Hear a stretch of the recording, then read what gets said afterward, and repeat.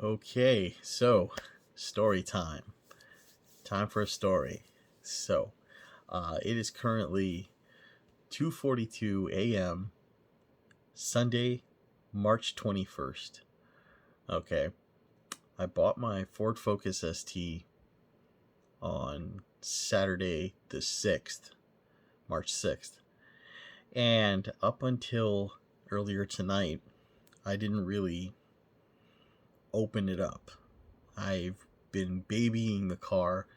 Uh, I've only been really commuting to and from work, using it to run errands, and occasionally taking it for a quick little, drive like around the neighborhood and stuff like that. Just, getting used to the feel of the car still and everything.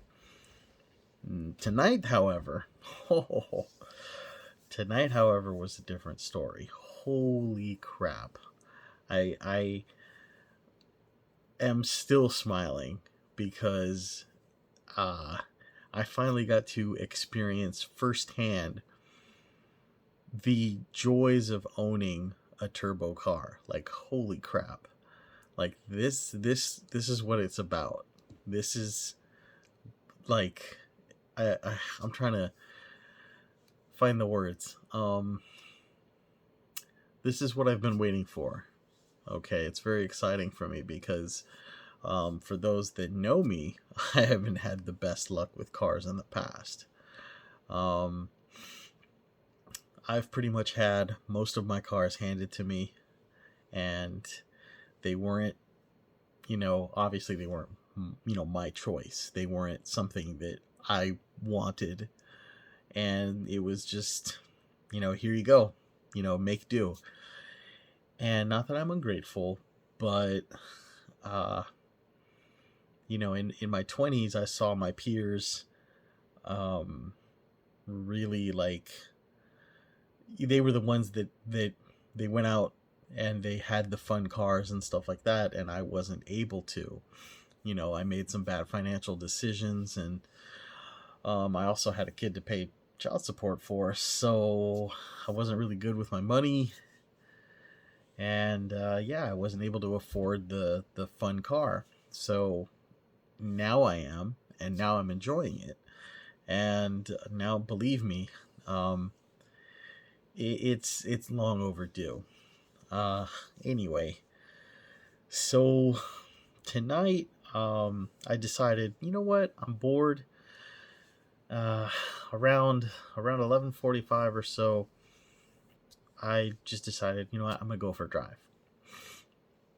And normally what I've been doing is I've been just getting in the car, going up and down the street, around the neighborhood a little bit.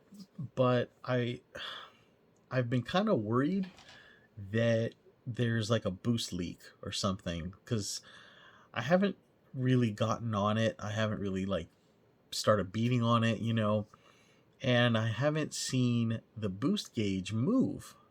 Like, I've seen it move like a little bit since I got it. So I was a little worried. I was like, yo, do I have a boost leak? What's going on? I haven't touched anything. Like, how's that going to happen? People that like mod their turbo cars and do stuff to them, they start changing hoses around. They start, swapping parts out, installing blow off valves. They put, tuning, they tune the ECUs and stuff like that. They start doing stuff and messing with them.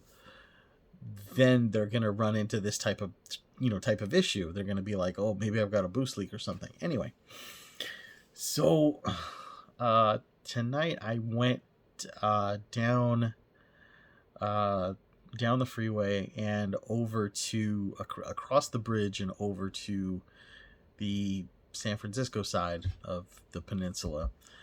And oh man, right before I got on the bridge, right before the toll plaza, there was like just this long stretch, and nobody around. Okay, we're talking about it's like around midnight on a Saturday night. There's nobody around. Oh yeah. So naturally, I was like, all right, the time has come. It's time. So I'm in sixth, and I punch it. I'm already in sixth, and I punch it, and the car still responds. It's like it had more to give, which I really like. That means I was nowhere near maxing out its power band. Like it had more to go. And this was I was doing about 65. I was obeying the speed limit for the most part. But then I was like, nah, it's time to go fast. So I hit it, and then I noticed, boom, boom, like that's when it hit me. Then I noticed the needle on the boost gauge going like, I was like, oh shit. Yes. And that's finally when the turbo started actually making some boost. And before I knew it, I was doing about 85 before the toll plaza. So I was like, oh fuck, I better slow down. I don't want to, if yeah, because I don't think the fast track works if you're doing about 80 through the toll plaza. You don't want to do that. No, that's gonna get you a nice fat speeding ticket in the mail. Anyway, so I went over the bridge, and unfortunately there was construction going on, so I couldn't be crazy on the bridge. There was a lot of construction workers. There was like lanes closed off and stuff. So it was like, back to baby mode again. And then once I got on the 101 North, it was like, oh, okay, we're back. So, yeah, I went all the way to South City, and then I said, all right, this is good enough. I'm happy. I can turn back now. So I've made it all the way to South City, and then I got off at an exit. I think it was South Airport Boulevard, and I decided, okay, I wasn't low on gas, but I was like at about I was at about a quarter tank, and I was like, I'm gonna play it safe. So I found a gas station, got gas, filled up. That's the other thing I love about this car. Holy crap. Okay. The tank on the Crown Victoria, the gas tank on the Crown Victoria was like almost, 16 gallons? Because that's the type of car that you can take to frickin' Disneyland, And, yeah, it was always like 55, 60 bucks to fill up. And with this car, let me put it this way. I filled it up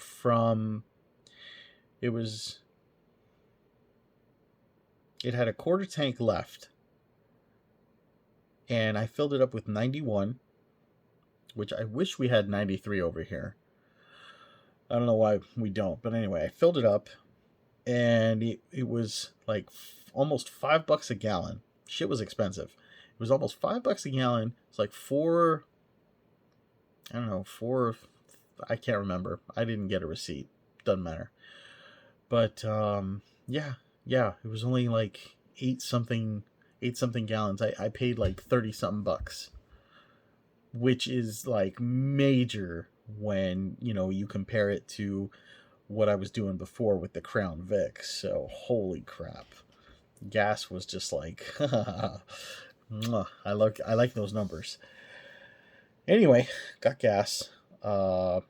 Cleaned the windshield a little bit because there was some like haze and road grime.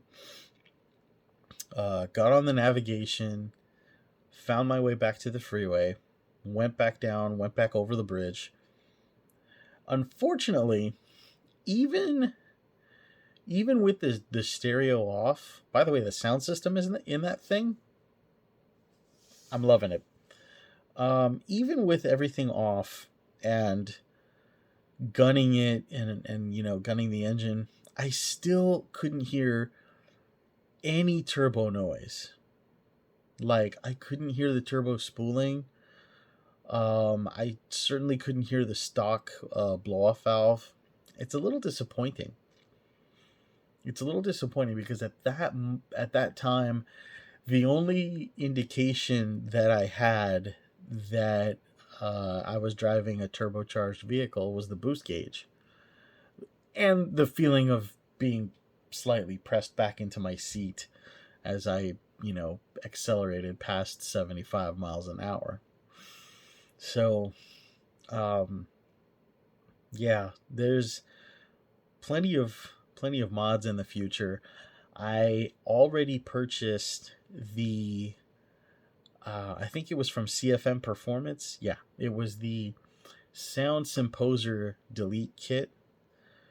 And I'm not going to go into detail, but it's basically it basically makes it so that you can hear more of the intake and the turbo, and it also gives you what's called a true boost source for an aftermarket blow-off valve. It makes it run more efficiently.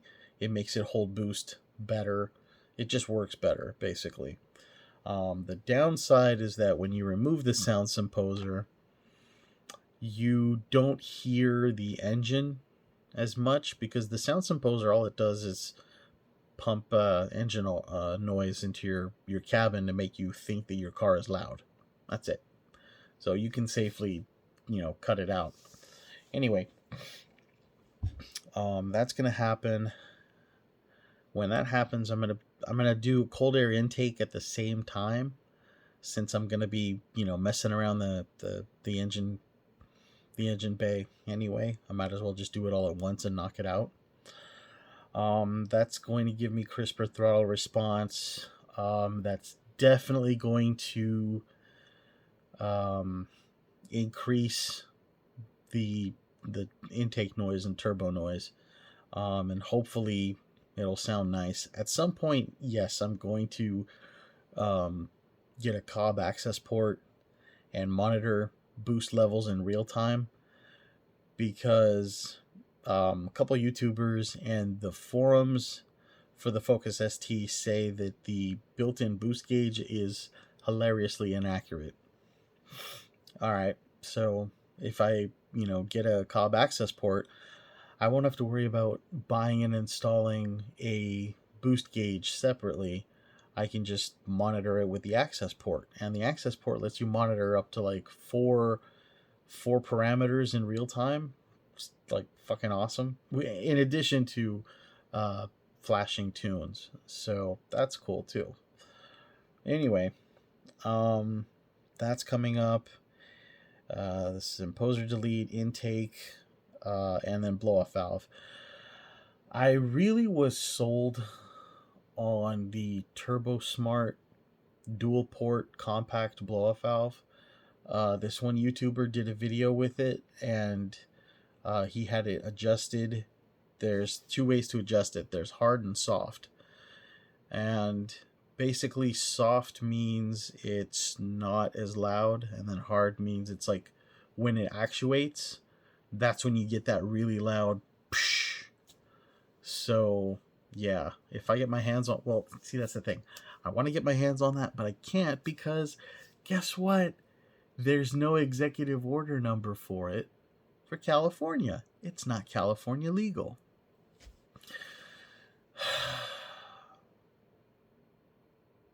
One more reason why people are leaving California in droves, right? Anyway, so yeah, I would like to also do a video in the near future, just kind of pointing out the things under the hood, and going over like what I would like to do to the car. It's kind of like, why bother, because you're like, all right, this is what I'm gonna do, this is what I'm gonna do, and it's kind of like, well, you're talking all this stuff, but you got nothing to show for it. Well, it's planning. That's planning. That's all it is. It's just planning. So yeah, I'm really excited. This is gonna be fun. I'm just slightly concerned on whether or not this is going to fuck with my warranty. Because what if I put a whole bunch of aftermarket parts on the car, and then I go to the dealer to do an oil change or something, like something really simple, like, all right, it's time to change out the plugs, maybe, do like a, oil change, fuel injector clean, whatever, blah, blah, blah. And they're like, yeah, that's not supposed to be there. That's not supposed to be like that, blah, blah, blah, blah, blah. Your warranty's invalid. No, I paid for the extended warranty. So I don't know if I should start doing all this stuff yet. I really want to, though. Anyway, if you've made it this far into my little rant, I congratulate you. And thanks for watching.